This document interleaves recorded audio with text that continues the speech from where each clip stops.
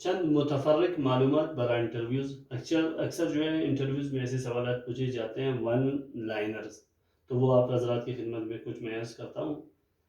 یہ سوال کہ تاریخ اسلام میں پہلا جھنڈا کس نے لہرایا؟ بعض اوقات جھنڈے کی جگہ علم کا لفظ استعمال ہوتا ہے، تو علم بھی جھنڈے کو بولتے ہیں. تو حضرت بریدہ اسلمی رضی اللہ تعالیٰ عنہ وہ صحابی ہیں کہ جنہوں نے سب سے پہلے جھنڈا لہرایا.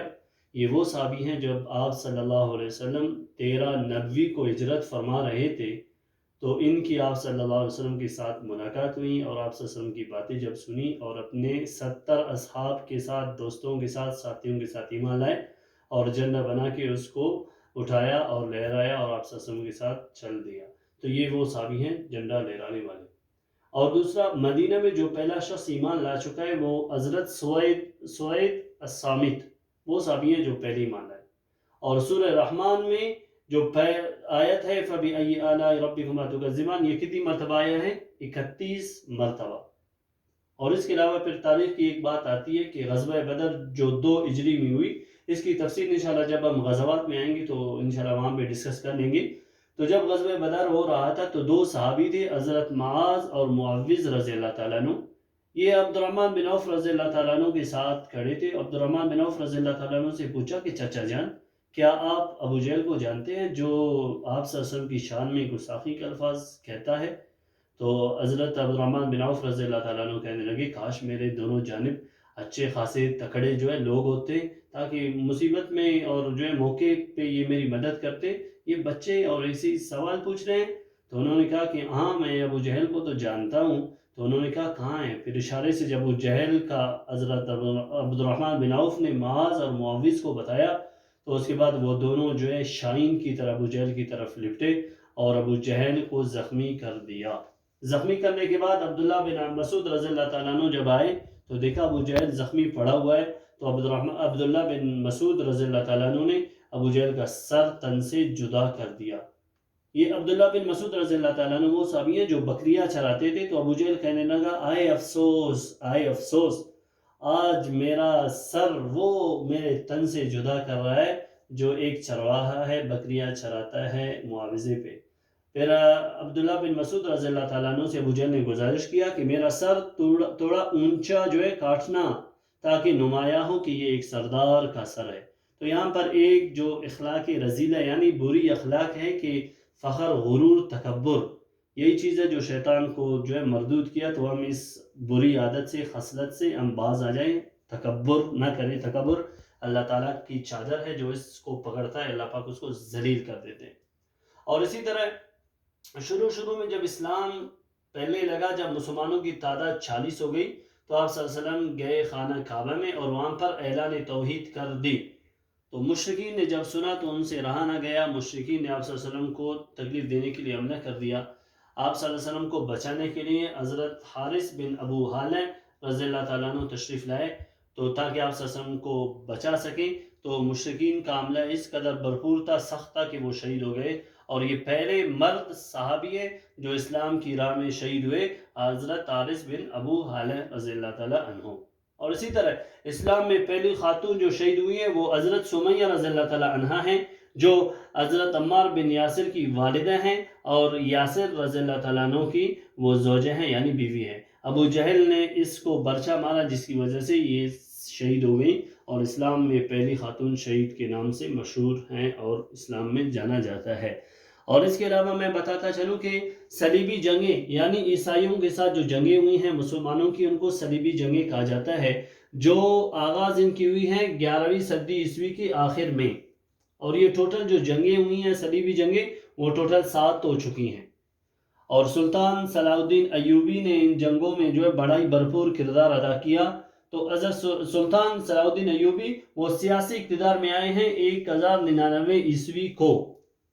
پھر وقت گزرتا گیا تو انہوں نے سلطان صلاح الدین ایوبی نے جو ہے صلیبی جنگوں کی وجہ سے بیت المقدس یا بیت المقدس دونوں پڑھ سکتے ہیں اس کو فتح کیا 1187 عیسوی میں.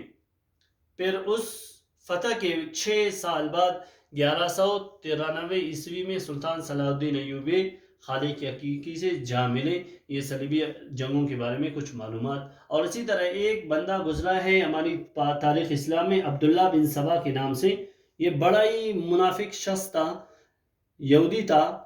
انہوں نے کیا کیا، یہاں پہ حضرت عثمان رضی اللہ تعالیٰ عنہ کی جب حکومت تھی تو تمام لوگوں کو حضرت عثمان رضی اللہ تعالیٰ عنہ کے خلاف کر دیا، اور بالآخر اس کی پروپیگنڈا کی وجہ سے حضرت عثمان رضی اللہ تعالیٰ عنہ کو شہید کر دیا گیا۔ وہ انشاءاللہ جب ہم پڑھیں گے خلفائے راشدین میں تو اس کے متعلق پوری تفصیل وہاں پہ عرض کر دیں گے، ٹھیک ہے۔ اور اسی طرح ابو لہب جو اسلام کا بڑا ہی خطرناک دشمن رہ چکا ہے، اس کے 3 بیٹے تھے، ایک کا نام تھا عتبہ، دوسرے کا نام تھا عتیبہ، تیسرے کا نام تھا معتب۔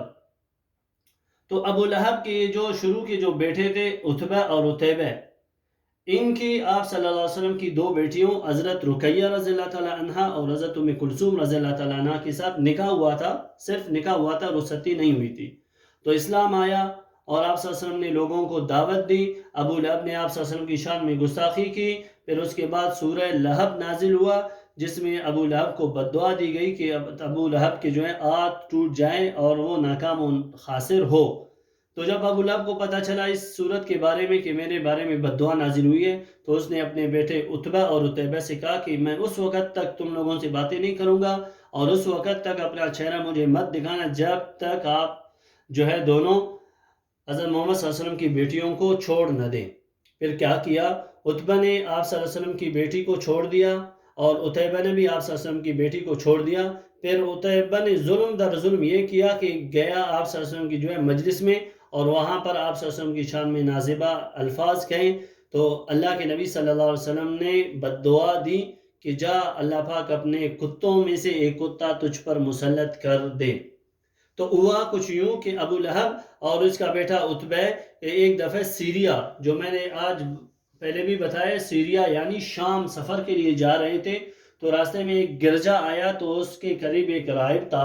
راہب نے بتایا یہاں پر شیر بہت زیادہ ہیں، آپ لوگ احتیاط کر لیں۔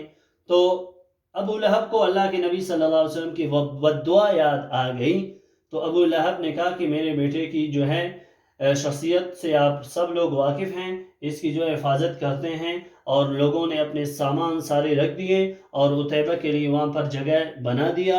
عتیبہ کے لیے جب جگہ بنا دیا تو اس کے چاروں جانب جو سفر کے اونٹ تھے سواری کے، ان کو بٹھا دیا تاکہ اگر کوئی جانور آ بھی جائے تو اونٹوں پہ حملہ کر لے، لوگ بچ جائیں، خصوصی طور پر عتیبہ بچ جائے۔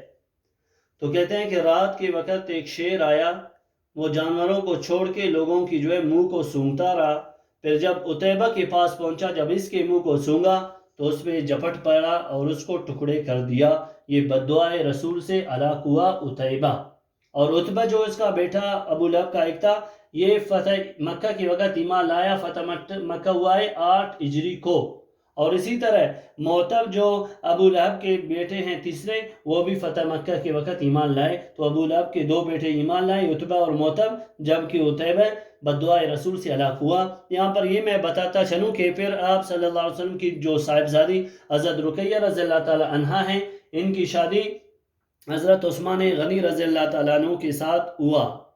تو جب یہ نکاح ہوا تو حضرت رقیہ رضی اللہ تعالیٰ عنہ 2 ہجری کو وفات پا گئیں۔ تو اس کے بعد اللہ کے نبی صلی اللہ علیہ وسلم نے اپنی دوسری بیٹی حضرت ام کلثوم رضی اللہ تعالیٰ عنہ کے ساتھ حضرت عثمان رضی اللہ تعالیٰ عنہ کا نکاح کر دیا۔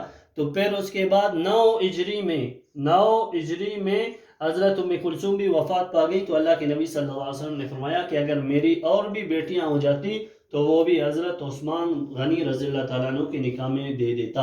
تو یہ چند سوالات جو آپ حضرات کی خدمت میں نے عرض کر دی، یہ اکثر جو ہے انٹرویوز میں پوچھے جاتے ہیں، تو اس لیے آپ لوگ جو ہے ان کو اپنے ذہن میں بھی رکھ لیں، ذہن نشین کر لیں اور اپنے نوٹس بھی بنا لیں۔ اور اس کے علاوہ جو احباب ہمارے یوٹیوب چینل پہ نئے ہیں وہ ہمارے چینل کو سبسکرائب کر لیں، اور اس کے علاوہ اپنے دوستوں کے ساتھ، اپنے رشتہ داروں کے ساتھ اور اپنے جاننے والوں کے ساتھ لنک شیئر کر دیں تاکہ ان کو بھی اسلامی معلومات مل سکیں اور اس کے علاوہ وہ بھی اپنی تاریخ سے آشنا ہو جائے۔ والسلام۔